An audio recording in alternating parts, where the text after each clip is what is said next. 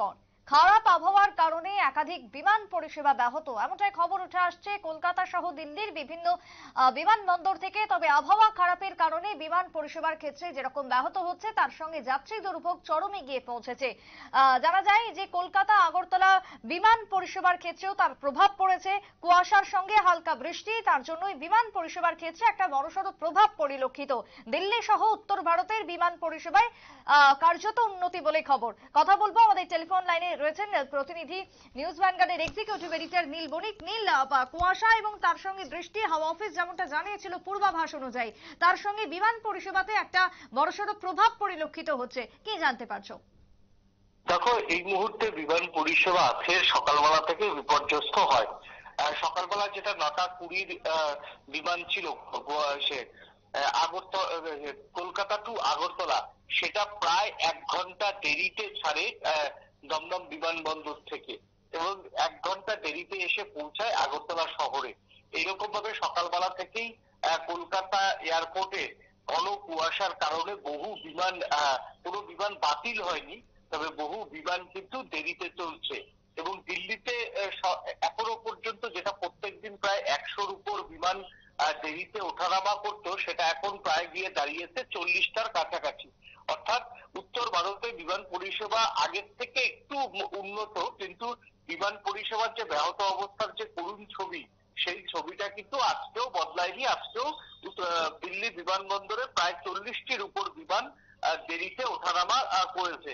কলকাতা বিমানবন্দরেও সেই একই অবস্থা। কলকাতা বিমানবন্দরে বিশেষ করে 6টা, 6:30 থেকে আরম্ভ করে 9টা, 9:30 পর্যন্ত সমস্ত ফ্লাইট কিন্তু ডিলে করেছে।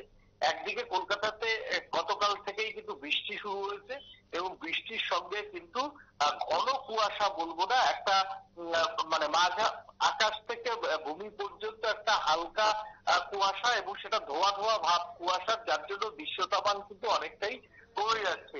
এই জন্যই যাত্রী নিরাপত্তার কারণেই কলকাতা বিমানবন্দরে বহু বিমান দেরিতে চলেছে, এবং বহু বিমান কিন্তু লেটে নেমেছে বলে খবর। এছাড়াও দিল্লিগামী প্রায় 40টির উপর ট্রেন কিন্তু ডিলেড রান করছে, কারণ ডিউ টু ফগ উত্তরপ্রদেশ এবং পাঞ্জাব, হরিয়ানার এইসব জায়গায় ফগের জন্য সেখানেও কিন্তু যে ট্রেন পরিষেবা, সেই ট্রেন পরিষেবা, দিল্লিমুখী ট্রেন পরিষেবা খানিকটা বিপর্যস্ত হয়।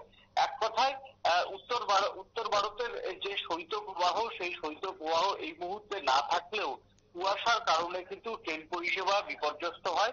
অন্যদিকে এই যে অসময়ে হালকা ঘূর্ণাবর্ত থেকে যে পশ্চিমবঙ্গের উপর যে বৃষ্টি বইছে, সেই বৃষ্টির এফেক্ট কিন্তু কিছুটা সিকিমের উপর পড়েছে। সিকিমে ভালো স্নোফল হয়েছে, অর্থাৎ বরফ পড়েছে। এছাড়াও বরফ পড়েছে হিমাচল প্রদেশ, বরফ পড়েছে উত্তরাখণ্ড, বরফ পড়েছে জম্মু এবং কাশ্মীর। এবছর সব থেকে কম বরফ পড়েছিল হচ্ছে জম্মু কাশ্মীর, কিন্তু এই পশ্চিমী ঝঞ্ঝার কারণে এই মুহূর্তে বরফ কিন্তু অনেকটাই পড়েছে জম্মু কাশ্মীরের উপর। সুপ্রীতি, একদমই ধন্যবাদ নীল।